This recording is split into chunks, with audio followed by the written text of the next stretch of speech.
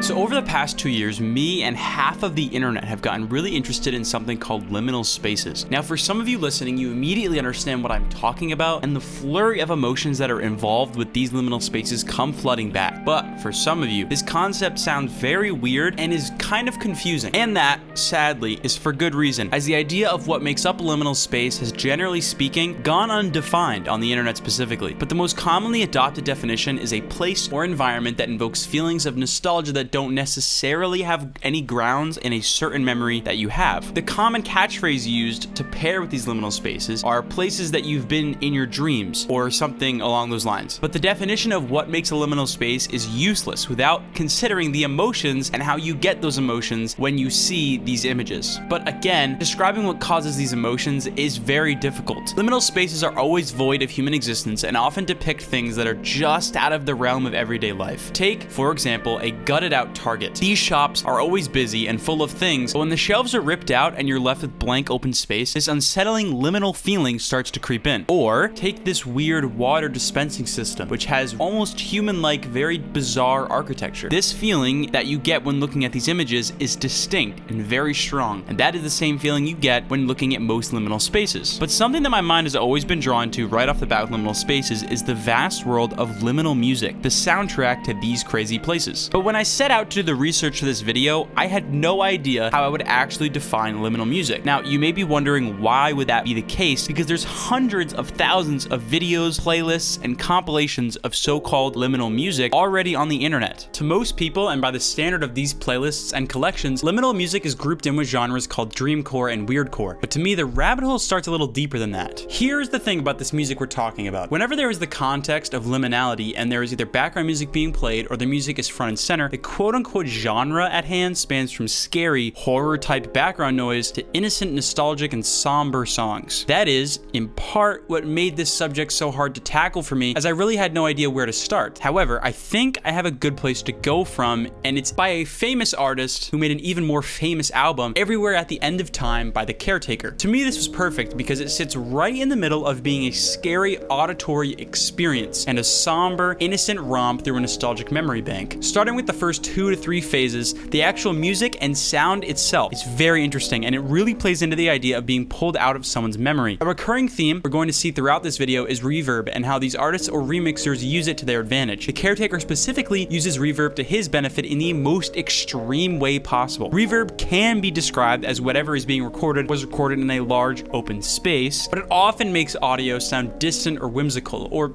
dare I say, dreamlike. And in the first 2 phases of Everywhere at the End of Time, the listener is exposed to pleasant ballroom themes which are drowning in reverb and are emphasized by a radio grain and slight distortion, especially on tracks A1 and A2, where the repeating melodies are being sung out in a wide open space due to the sheer level of reverb.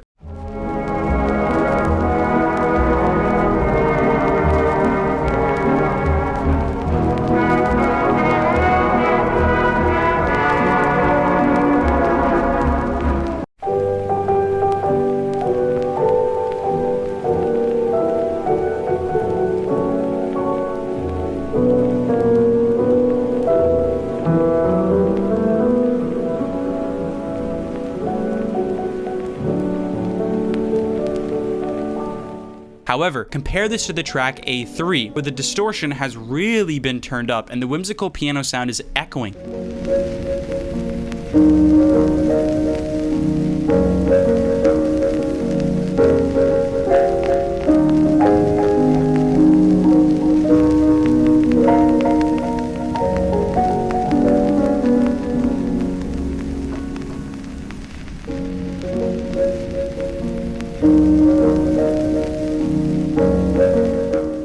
Through a slightly less cavernous abyss than the first 2 tracks are in. But nevertheless, this change of mix works wonders for the album's purpose, as the Caretaker is clearly not trying to be a scary opposing force with these tracks, but he is rather trying to show a slightly different memory than the first 2. And this collection of tracks teaches us our first of many lessons to be learned about liminal music. Context matters a lot. Now, this is not to say that you need to see the pictures in order to feel what you're supposed to feel from liminal music. No, not at all. It instead proves that when you pay attention to the auditory clues that the artist lays out for you, the song can change meaning and turn into something completely different. In this case, for example, once you hear the Caretaker's clear use of older music from an old genre combined with spacious reverb and heavy distortion, the tracks change from a spooky orchestral waltz to a lonely liminal experience that forces the listener to feel that introspective loneliness and weird nostalgia. In terms of the rest of the albums for Everywhere at the End of Time, this is where the parallel nature of the tone and purpose really become apparent, because as the Caretaker doubles down on the loneliness and sadness of the tracks, he also leans into the same mix he used in the first two phases. Much more distortion, more reverb, and the sounds being used become an unrecognizable mess of emotions. This is where I believe it is important to point out a common connection between liminal music and liminal spaces themselves. The main relationship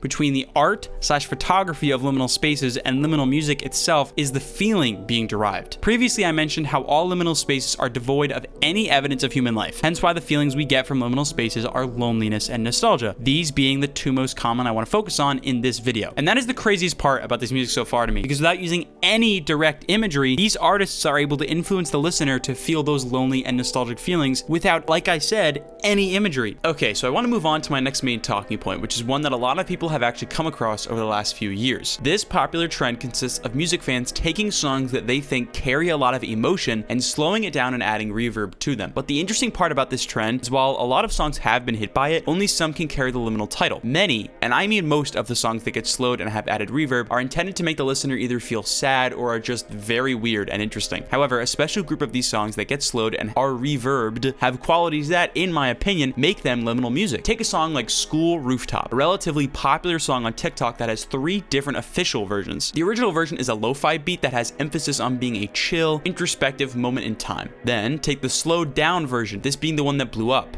This song is now completely different, and the main melody and its descending, rough around the edges retro synth is completely different and plays into a much more lonely and nostalgic tone.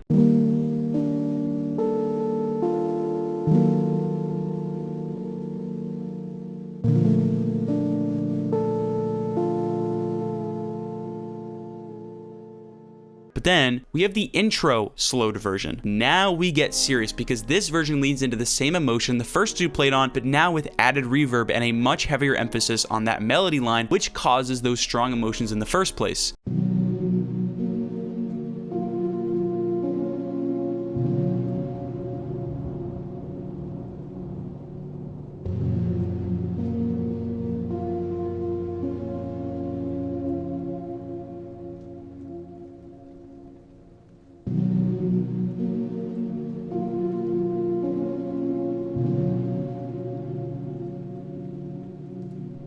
In my opinion, this third version is really where liminality starts to come into play, as you really start to feel that odd, nameless nostalgia and step into that tunnel of loneliness and introspectiveness. Here's another one. Let Go by Arc Patrol. This is yet another song which got some popularity on TikTok for its dreamy synth chorus, and it is, by every definition, liminal.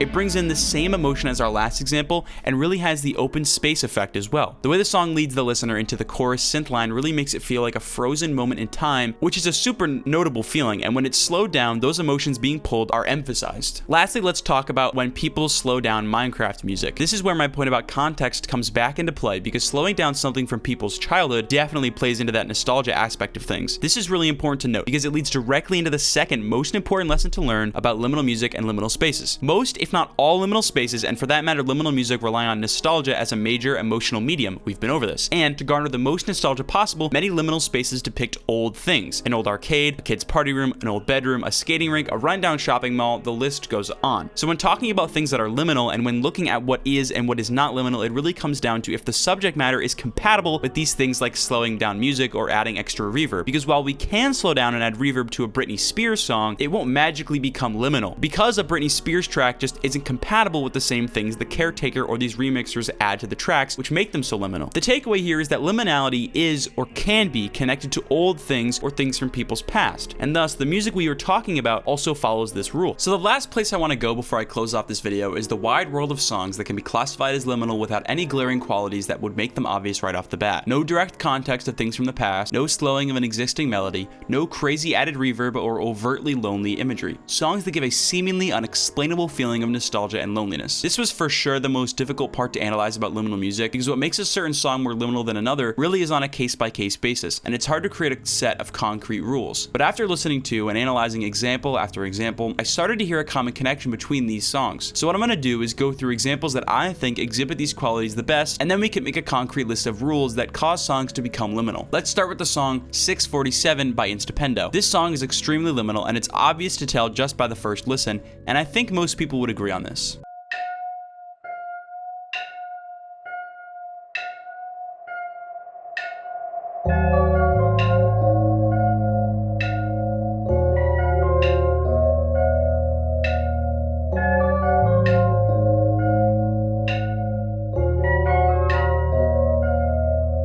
The actual melody is very simple and consists of maybe 3 instruments. It also plays with both major and minor chords, which can swing emotion both ways. It is also using reverb and a simple droning electric piano to make the song echo as a consonant theme. A similar vibe is a song called Dust Collector by YG Hypnos.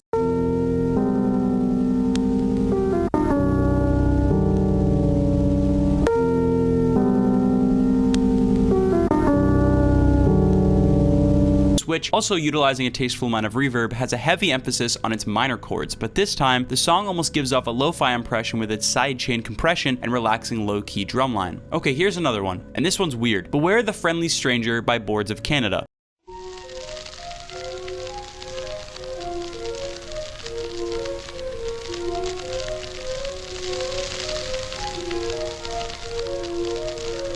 This song might bring back some terrible memories for some of you, as if you've been on the internet for a while, you may remember this song as the background of the famous internet series Salad Fingers. But let's all try to forget about that for a second and look at what exactly the song has to offer. It brings back the simplistic theme again, very tastefully might I add, and it also has a very obstructive radio grain that is borderline attacking your ears. But the melody in the back is mysterious and persuades you into listening past the grain. It is also, put simply, quite liminal. Alright, so I have one last example, and I think this will tie everything together really well. We're going to take a step back into Minecraft soundtrack. The song Key off the album Alpha is the one we're looking at, and this song is once again extremely liminal, and I bet everyone can guess the reasons why at this point. Simplicity, check. Lots of reverb, check. Minor and major tones, check. And the subject matter of something from our past or a different point of our lives, check.